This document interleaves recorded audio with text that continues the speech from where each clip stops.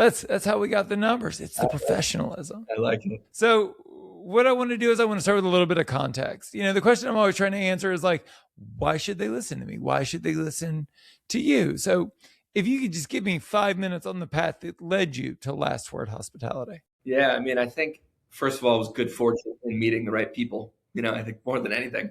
And I'd been in restaurants my whole life. I grew up in mostly chain restaurants and turn and burn tourist traps, and like everything aside from a good restaurant where you'd learn the right way of doing things is where I worked. Right. And, to be honest, I always loved that work. It wasn't high pressure. It was fun. I loved the people. And I knew how to sell stuff, and I found out how to make a living making tips, so that was how I grew up. And, many years later, I had worked with a group of proprietors that owned the Death & Co brand in New York and had done consulting work with them. And they were doing mostly bar stuff, and I wanted to go back to restaurants. And I had met Holly Fox, who's my partner to this day. We founded Last Word together in 2014. And essentially it was like, I have belief that the two of us are strong enough that we can help people be successful. And I think, her background was really in the back end of restaurants and building them, designing them, and overseeing like kind of the huge amount of investment that goes in up front. And my responsibility had been operating, which is to say, once that investment is made, who's responsible for where it goes from there and getting it back out the door. And they're equally important. I think it's where so many restaurants do still get lost is it's how much you put in versus how much you get out. Not like any one number. It's just a simple puzzle that you have to figure out. And consulting allowed us to do that at scale. We learned a lot from helping people in lots of different situations, from luxury hotels to quick service and to mom and pops, and all of it in between is where we, I think, developed our understanding of how complex the business really was and how our approach was going to be formed. So, we had been consulting for a few years. I mean, I guess probably 5 years before we were able to raise money for Found Oyster, which was our first restaurant and really what allowed us to grow as a company and show that we knew how to create stores that had an identity and a real personal story. And it was in part by partnering with Joe Laraya and Ari Collender, a chef and GM, and working them in rather than just in the background, but at the forefront of what that restaurant became. And I think being able to adopt not just their skill set, but also their stories is what we really learned was kind of the whole way we wanted to do restaurants and have since then, which is find talent first, make sure they're lovely and people you want to be around a lot, but also know what they're doing.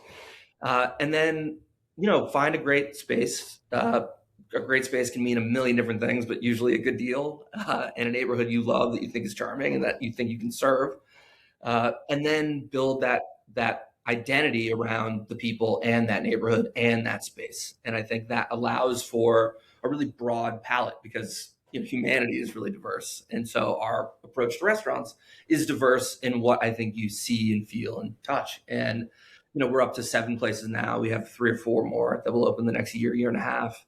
And they'll always be unique because it's hard to have unique ideas. It's not as hard to find unique people. And that's kind of what we built our business around. I want to go back to Death & Co for a minute because I've known Alex and Dave for years. And you talk to them and like in your first conversation with them, and I don't know what it was like for you, but for me, I was like, these guys are not bar owners, right? Like their approach to the business of hospitality is just very different from EOS implementation to just the way that they have structured their brand and their business is just, it's the reason it's a category of one. It's the reason that like when you utter the name Death & Co, there just aren't a lot of other names that go alongside it. When you left the organization, what were the things you stole?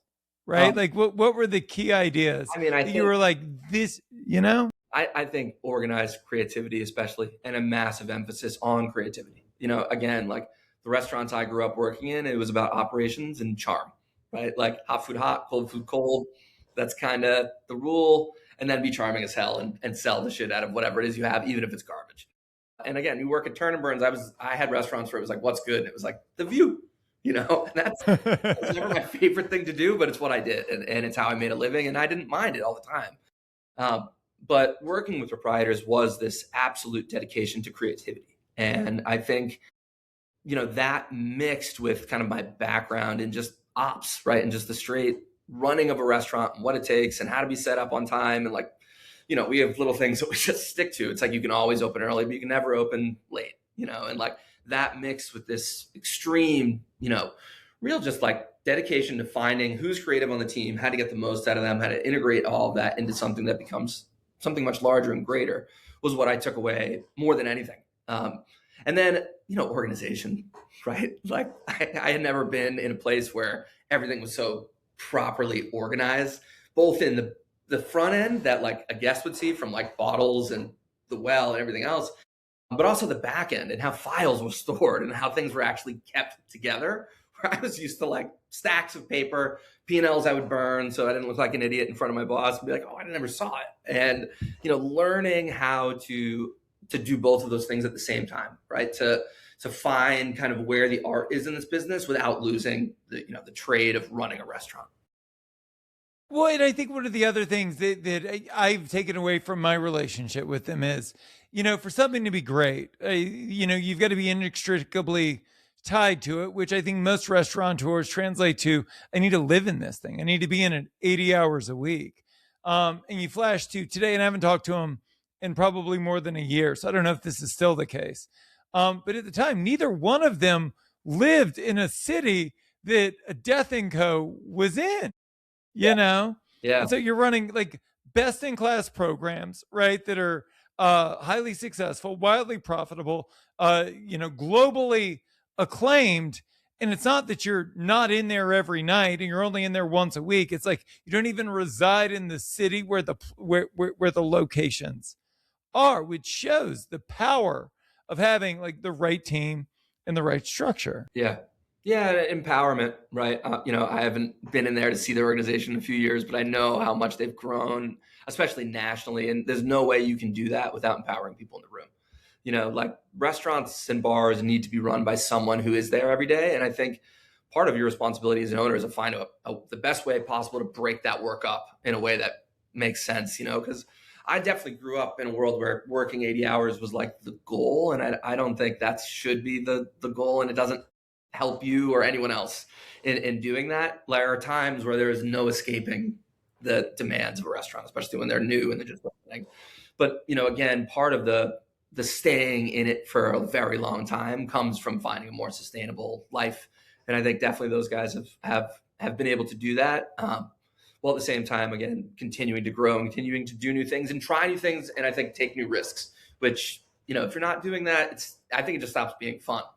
Like there is so much joy that is in restaurants. And if you lose that, your guests lose that too. And so there is, there's this old phrase, right? Like those that can't do, teach.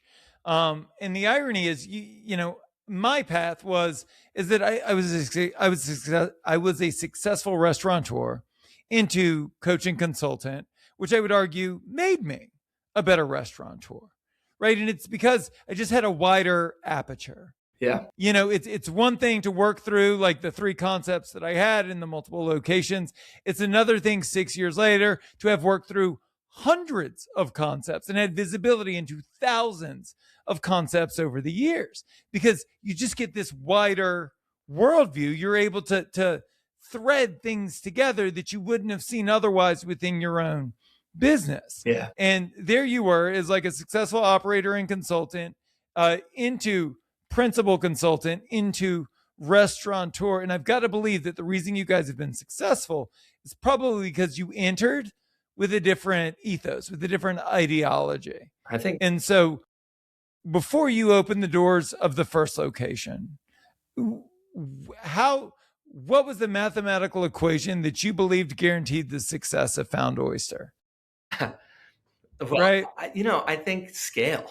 Honestly, Found Oyster is 777 square feet. It was 26 seats when we opened it. And, what we felt like was, Los Angeles is a seafood town, but you wouldn't know it necessarily if you didn't use the word sushi or mariscos, right? Like if you miss those things, you may not realize how much seafood this town's actually eating. But like I grew up in Boston. And so like the oyster bar was just something really close to my heart. And obviously San Francisco has like Swan Oyster and great examples. And we just felt like that was an opening and that our best chance to be successful was to not make it too big. to just kind of hedge our bet by trying to hit a single and knock it out of the park and just do it really, really well. And that goes so deep too, because the other part was we just didn't know how much money we could raise, and we didn't think we could raise a lot. We didn't raise a lot. I mean, every locale is going to be different. Right? It's very subjective. But yes, for Los Angeles, we felt like it was at a that light time raise. it wasn't a ton of money to raise, but we did so, which was still to say we successfully completed a raise. We were able to build out a restaurant that looked and felt the way we wanted it to. And in part of that is because when you have less square feet, you have just more budget to figure out what is a seat, what is the bar top, what equipment can you actually get? And I think keeping our scale really lowered and making such a small space allowed us to be successful out of the gate. And that, more than anything, along with, again, a huge amount of talent in a really small space. So a lot of experience, a lot of talent, a lot of passion, and then in a tiny room where people were able to feel that very directly. So my first bar in Hollywood was 900 usable square feet. And it was a dive bar during, in the era where nightclubs were on their way out. This was the first dive bar on Hollywood Boulevard since the Frolic Room.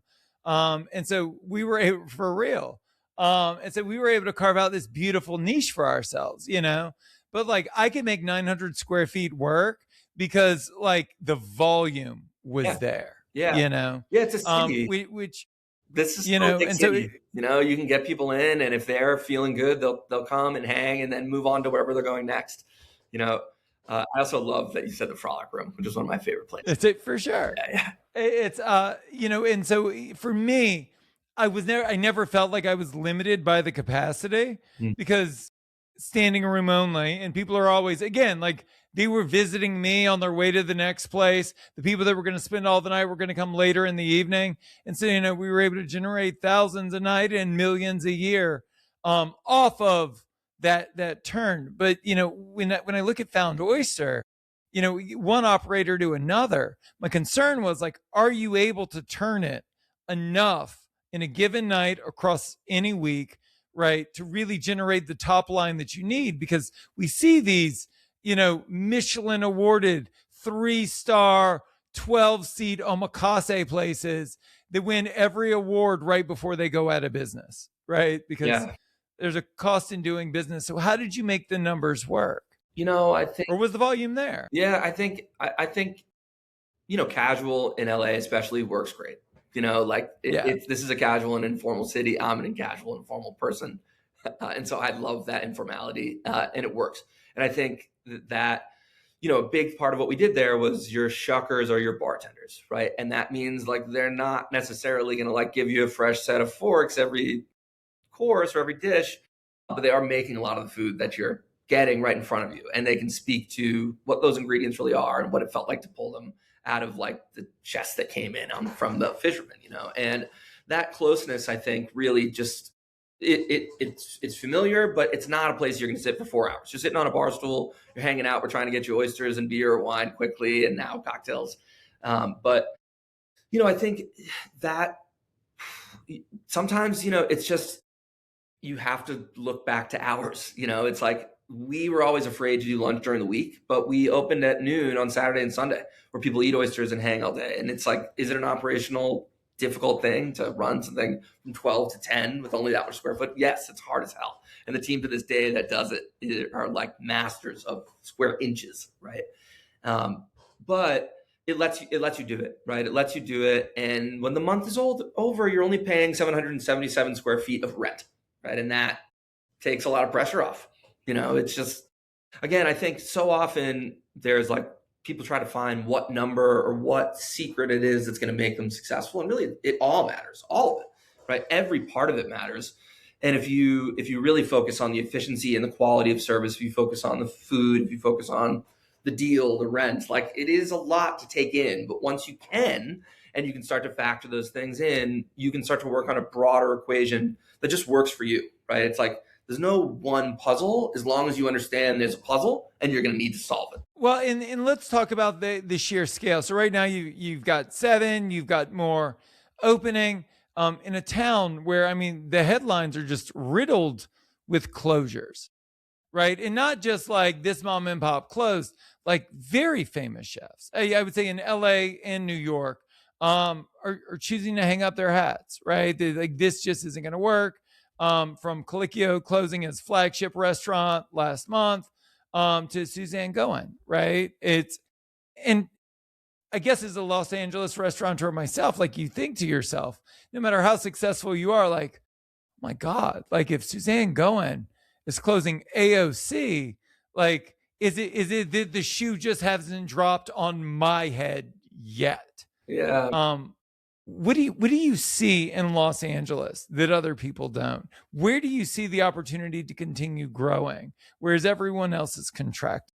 I mean, first of all, I'm eternally hopeful, right? Like just by Sure. nature, right? Like in nature, I don't see any opinion to be otherwise, right? Like if it's going to turn out to suck, like I don't need to worry about it before going down the toilet. Like we'll get there when we get there. So I think a general optimism that this city is big and very supportive of restaurants is the key of everything we do, right? Like we grew quite a bit during COVID. We just felt like once COVID started to settle, the market was going to come back and there were opportunities to sign leases when people weren't signing, and we did. And I think, this is such a big city and it has so many wonderful reasons to live here. And I think the strikes were terrible, the fire unimaginable. And we lost a restaurant in Malibu. We had a restaurant that was, 2 months from opening, that Chez Rene never opened its doors, right? Burned down. So we've seen about as bad as this city has to offer, which is natural disasters and all this awful shit. But it's a huge place. It's a super diverse place. It's a place that loves food and loves restaurants, right? And I think some of what is often impersonal about LA, which is to say you're stuck in your car, is mitigated by these places, right? These places that people go to and they do drive across the city for and they spread out for. And Holly and I and all of our partners really have just stayed committed to this idea of like, we want to do neighborhood places that are worth traveling for, right? Like that may be a bar and grill, it may be an oyster bar, it may be a Southeast Asian spot, but still the fundamental truth to what we're trying to create is a spot that we think will blend in with where we're at, while also standing out enough to get you to cross town for it.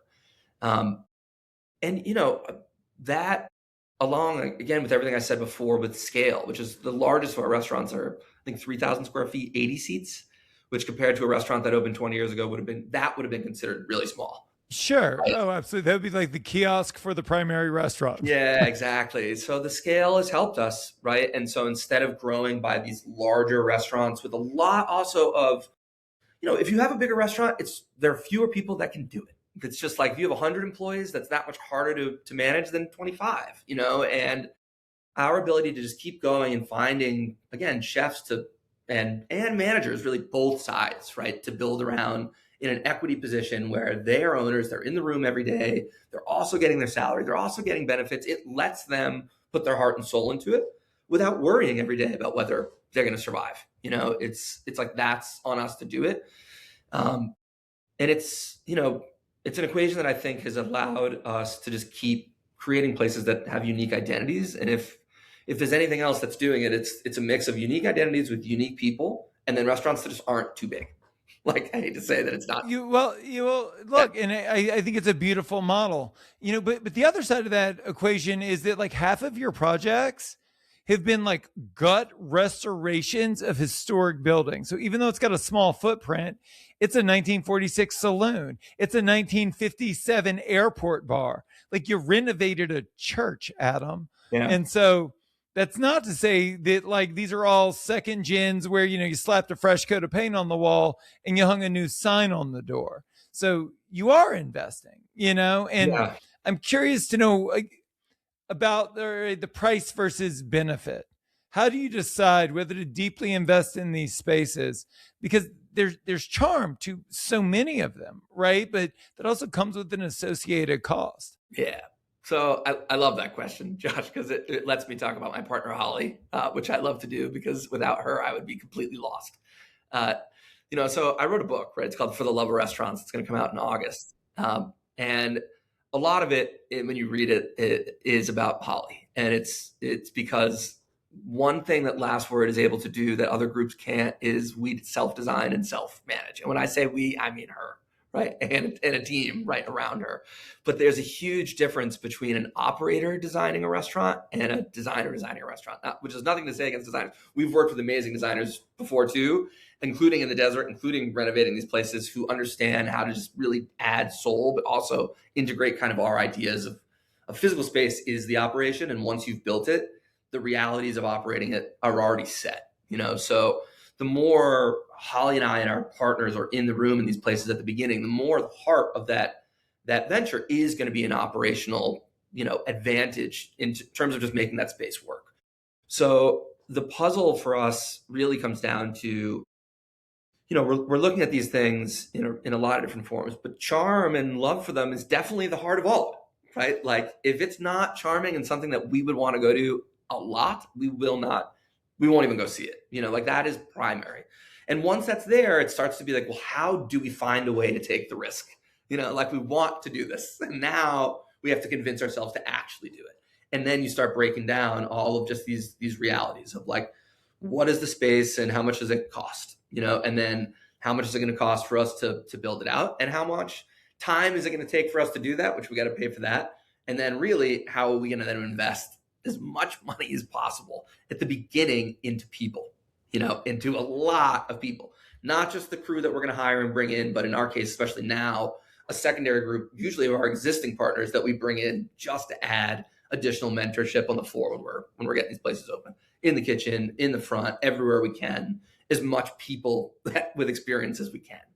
And once we wrap that all up into an equation, right, we know what the risk is, right? And in the book, I talk about that. Is basically those are your chips, right? Like first, you just got to figure out how many chips you're going to put on the table. And then you start working on a model, right? Which is how are we going to make this idea then function? And once you do that, we do it really simply, which is how many covers do we think we can actually really do every day? And how much they think they will actually really spend? Then reduce that number by 25% and see how you're doing, right? And if you're doing okay, you're probably starting to get to some kind of puzzle that's going to work for you. And then I think the last part is your heart all the way in it, right? Because if it is, we've had restaurants fail, we have, and I don't regret them for a second because we learned a ton and I was passionate about them at the beginning and it was worth the risk when we took it, even if we turned out to be wrong. And I think, especially in our world now of AI and all this stuff, what gets missed is that like failure teaches people so much and they become so much more valuable once they've fallen on their faces a few times and stop being afraid of it. And, going through these openings with more people lets us feel more confident when we do a new one. Like we've been with these people now for a bunch of openings. We're going to bring in a new chef and a new GM, maybe that's coming up through the company ideally, which is often the case. But then we're backing them up with all these other people. And if we can do that and the math works, it's if your heart's all the way in it, like it's worth it. Let's talk about that bias towards success. I think that to your point, I think we're all eternal optimists, right? Most new restaurants open in the space of a formerly closed restaurant, right? And then we think to ourselves, mine will be different. I can remember when I opened that bar in Hollywood, man. I was so excited. I'm standing out front. I've got my arms crossed. The owner of the pizza place next door walks out. He stands next to me, right? The lights are shimmering. The place is packed. And I was like, man, this is amazing. And he goes, I hope you make it. You're the third concept in 4 years to take that space. And I was like, ugh, it felt terrible. There are people listeing, right? Yeah. There are people listening who I assure you are in a place where they don't know whether they should continue or not. Yeah. And as someone that has pushed through and as someone who has decided enough's enough. Right. We all have this everybody heard the Elon Musk story, right? He slept on the floor at Tesla. And now he's the richest man in the world. If he did it, I can do it. Right. In bankruptcy court, it's full of people that didn't know when enough was enough. And so they're both sides to the story. And so for the places that you pushed through, right, when times were hard, what was the equation there? And then for the places you decided to close, like, what did you inventory before making that decision? Because, we look at it and we can always see it as a learning lesson, but it's always incredibly difficult and painful when we're doing it, right? Yeah. Yeah. I mean, I think one of the hardest parts for people in getting into restaurants, and once they start turning them on, is that whatever amount you think you can lose starts to multiply if your losses leak, right? Because you want to keep going on something that hasn't totally objectively failed, right? Like you want to feed it and give it time. And it's so important to be able to do that. And certainly when we were earlier in our careers, and Last Word was a smaller, more limited company without as many brands to kind of like lean into in tough times, that was always the scariest part, is that like, if it doesn't work now, how are we going to make it? Because we don't have the capital, So the equation, again, is definitely half financial and certainly half instinct. I don't know how else to put it. I don't think you can look at like your P&L and know necessarily like there's one metric that means it's definitely dead.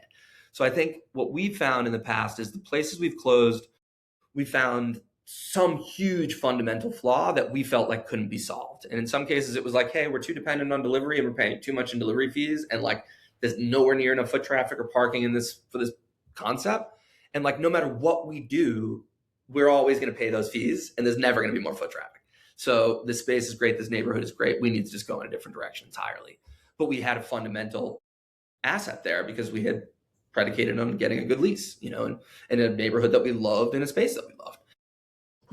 The places that, we push through, really, it's like there's a mixture of like they're close, which is to say like their operating margin is losing, but not at a massive scale. So we can afford to continue to bet. And two is the dedication of the people that are there. Like if everyone there is super dedicated and just we feel like they're doing everything in their power to make this work, you gotta find a way to feed it as long as you can, and to your point about bankruptcy, like there is, again, these are chips and there is a point where you run out and you have no choice. And we have been there too, right? And it's like, you do not go and take out a crazy high interest loan from a loan shark and risk your livelihood and your whatever, everything, your future. You can't, right? You have to eventually say, my dream, like this thing is still not an actual person. And you're not letting a human being die. You're letting a business die. And sometimes you have to let them go. You have to let them go rather than fuck up the rest of your life and make horrible decisions. And we've seen, especially on the consulting side, people lose relationships, lose families, lose homes, things that really suck to go backwards from for a restaurant, where the losses start to really exceed what I think people were willing to lose at the beginning. You do, if you're going to be in this business, have to be willing to lose money, right? You do. But you don't, when you lose, it doesn't mean you lose your self-respect. It doesn't mean you lose your confidence. It doesn't mean you lose your ability to succeed in the future. It just means you lose money. And time is massively about learning more than it is about making money. And if you go through a loss and you don't learn anything, then that was a waste of everything, right? But as long as you learn and you're able to grow from that, like your future will be brighter because you were willing to take that risk and willing to learn from your failure. My biggest failure professionally was probably my biggest failure personally, which was, through trial and error, through hardships, through a sacrifice on my part, on the part of my family and my friends. I did achieve everything I wanted to achieve. And when I did, it left me empty and disheartened. And it's because I had chosen the wrong goals. I think I had chosen the goals that I thought everybody thought I should choose for myself. And so the result was that I wasted years pursuing the wrong thing. One of the things that we talk about a lot on the show is this idea of like growth for growth's sake. That like everybody wants one until you get one, then you want two. Then if you have two, I need 10. And I think that the thing that I failed to do in the earliest stages of my career was clearly define success for me personally. When I went from nightlife into fine dining, I couldn't articulate at the time how I wanted to spend my time, right? What day parts I wanted to spend that time, how much money I wanted to make for myself. It was just egoic. It was just growth for growth's sake. And then eventually I found purpose as I got much older and much more tired. How do you approach growth? And how does it thread to what you want for your life personally? You know, I think time is invaluable, right? It's the only thing that you can't get back. Everything else comes and goes, but the time is only fading away from you. So I think if you have that mindset and you're living for the day, which I really try to do, that helps, right? That really, like, at the core of it all, that helps. And then I think, I was really fortunate in that I think I never expected to succeed in the way that we have. I never had any like dream of doing what we did. I wanted to be in restaurants because it's kind of how I like to spend my time. And it was the people that I liked being around. And the way things have turned out are so much better than I had ever anticipated. And that, I think, is because of a commitment to being around great people. Is like, there's a lot of bullshit I'm totally happy to put up with in restaurants. Like, there's no getting around that, right? Like, sometimes you're gonna get broken into and shit's gonna catch on fire, and like all these things are going to happen, right? And that's true. But if you're doing it with people you like genuinely love spending time with, right? You really love working on the puzzle with them, then that's the joy that you get out of this. And then really it's like, enough is always enough to me. Like, if you're ever trying to figure out your own life, what's enough? It's like enough, you don't have to think about it anymore, right? Like, if you can go and fill up at the gas tank and not deeply worry about the fact that gas in LA is over $6, you're doing really well. That's a real joy to be able to not worry about those little things. And I think certainly I really try to notice those things all the time, right? I've been coming up in an industry where the vast majority of people working are hourly employees, and that's the way it's always been. To take pride, and not even pride, to take joy in like the little moments of doing well enough and not worrying more about that. And so where does growth come from? It comes from a creative outlet, right? It is, at this point, like, we want Last Word to act more like almost like a record company than a restaurant group, right? Which is, if there's no one to build it around, I'm not particularly interested in just producing like a commercial record just for the point of making it, right? But if there's someone who is coming up and whom we really believe is special and has worked their ass off, no doubt, right? Like, there's no getting ahead in this industry without working your ass off, but who has all of those things and that we believe is a true good leader.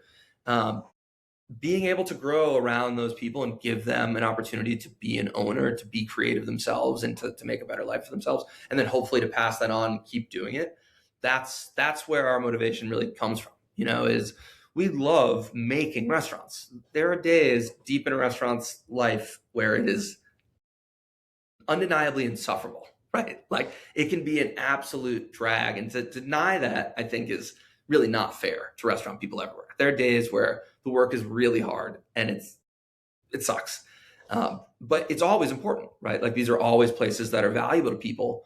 And in making them, which more and more of my life now is driven towards being able to create them, there's so much fun and joy, and there is an end line, right? So I know I'm handing these things to people who are going to be in there year after year after year and have to make it, right? But the opportunity to like have a start and have a finish is much more in development than it is in operations, right? And so part of the purpose of growing is that it gives you an endless opportunity to do that. And to be opening means to be making, and be operating is to learn, get it right, and then nail it day after day after day, which is really, really challenging, and why we think, making people owners is so important to being able to fulfill that obligation year after year. But what does that look like? And the reason that I ask, and I'm not trying to delve too deeply, but I'm definitely trying to delve too deeply. I think everybody likes that idea, right? But then, you bring on a chef that's incredibly talented. I've got clients that have done this a million times. You have too. I brought on a chef with a great aesthetic that's incredibly talented, who, as it turns out, has a raging cocaine problem that I didn't find out about 6 months into this.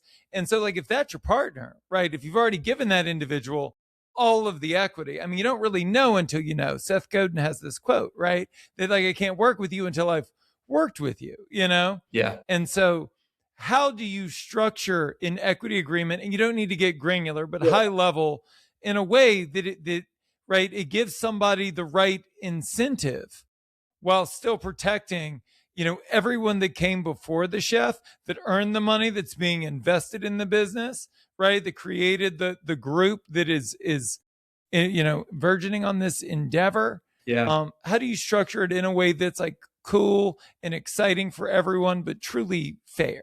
Well, I think on one side, like in most situations, we have grown around people we really personally know who've come up within the ranks of our own group. And that familiarity is personality. It's like they've been with us for years. We've seen them and know them.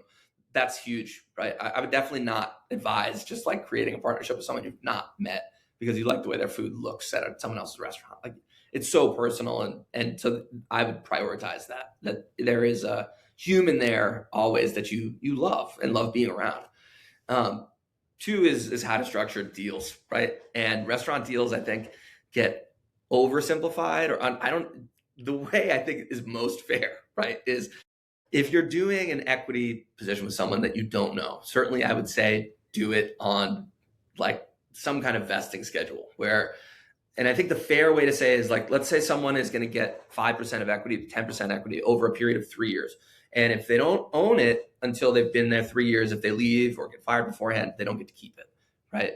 Well, then what I would say is pay them the full amount of their equity, the full amount from the first day that they're there. And if they leave, at least it was like a bonus that was there the whole time. And that was at least, as long as everyone has agreed to that at the beginning, I think that's a way you can enter into agreement with someone you really don't know and have some kind of out.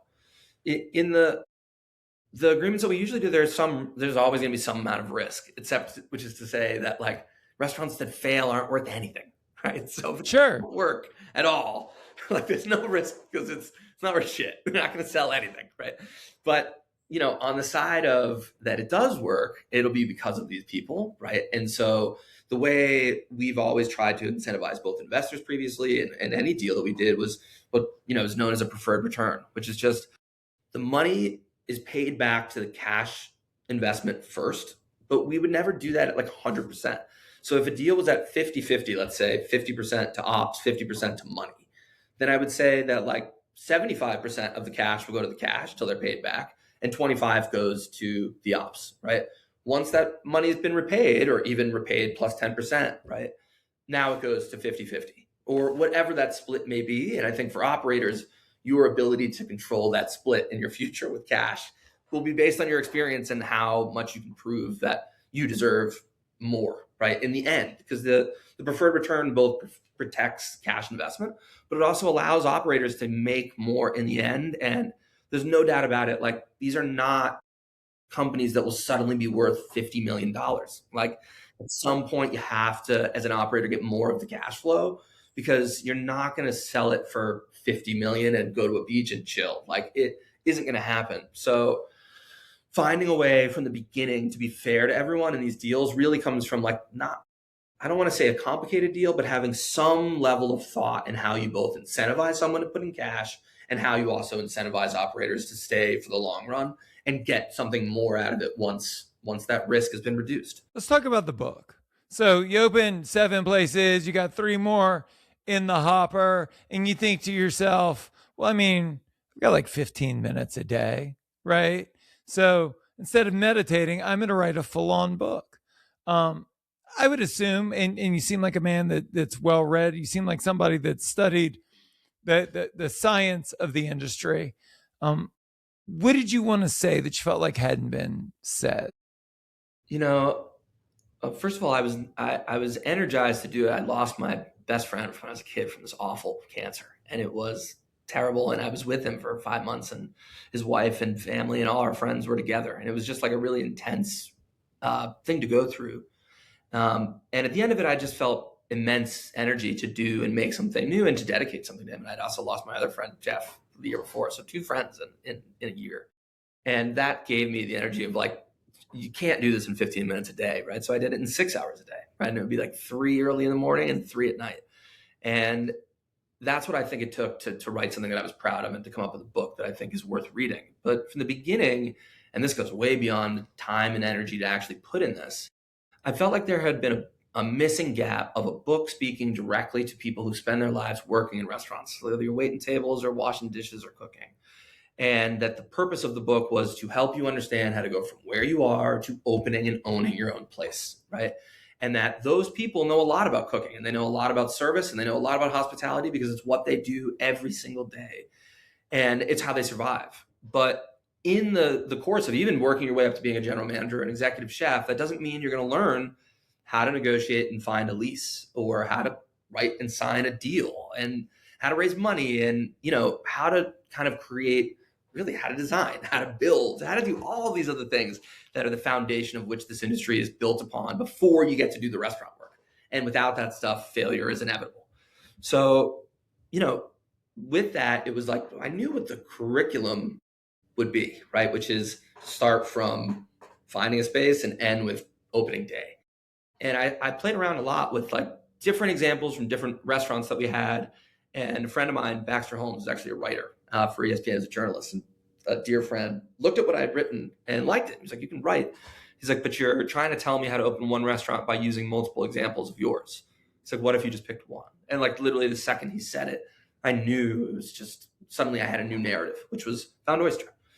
Just start at the beginning and go to the end. And so the book is really the tale of Found Oyster and how we built it, but all the while, and it's illustrated by my good friend Davin Sanchez, did an amazing job. It illustrated with like really fun, just almost political cartoon type pieces, of which I turn the narrative to us, to you, and do say things like, listen, when you're signing your own lease, everyone's going to tell you it's a great deal, it's price per square foot, right? And that's a real estate reality, and sure, that's true to real estate people. But to you, all that's going to matter is how many seats you have and are they full? Assless seats cost you money and are a problem. Full ones are really valuable. And so that was what I wanted to share, which was, you can't just give one mathematical equation or one hospitality idea or one cooking idea and say, this will be the way you're going to be successful. It is starting to comprehend how complicated the business really is. That to be really great, you're going to have to learn cooking and service and hospitality and building and permitting, and at least a topical version of all of them, enough to know that they exist and how to work with a team that maybe is a specialist in those areas, which you are not. And that's was really the purpose behind all of it, is for restaurant people who I love. I just like, I can't say I loved restaurant work necessarily for the work as much as I loved it for the people that I worked with. And I tried other careers and just found myself in environments that I was not used to, and have always been drawn to just the environment of working in a restaurant. And I wrote it for, anybody who is going to wake up tomorrow and, clock in, and that's my hope, is that like people who really love this business, not necessarily because they're drawn to it forever, but for any reason, right? Whether they love to dine or whether they love to work in it, find something in there that builds empathy towards what we do, right? Like that this is hard as hell, but it's important, right? That it's really important. And that, like a lot of said about third spaces and a lot have been said about all these different stuff, but I know that without a doubt, restaurants are where people celebrate and where they mourn. And those are immensely important occasions for people to have a place to go, and if this country looks more and more like a place where more and more mom and pops are able to like thrive and succeed, and your town looks like a town or your city looks like a city, it'll be because in large part, the restaurants that are there are independent, and owned by people who live there and who reflect that community. And I think restaurants are hard no matter what, whether you're working franchise or corporate or independent, but I've always been drawn to the independent side, and I love watching people make their own places. And that was really my goal, is to help them try to do that.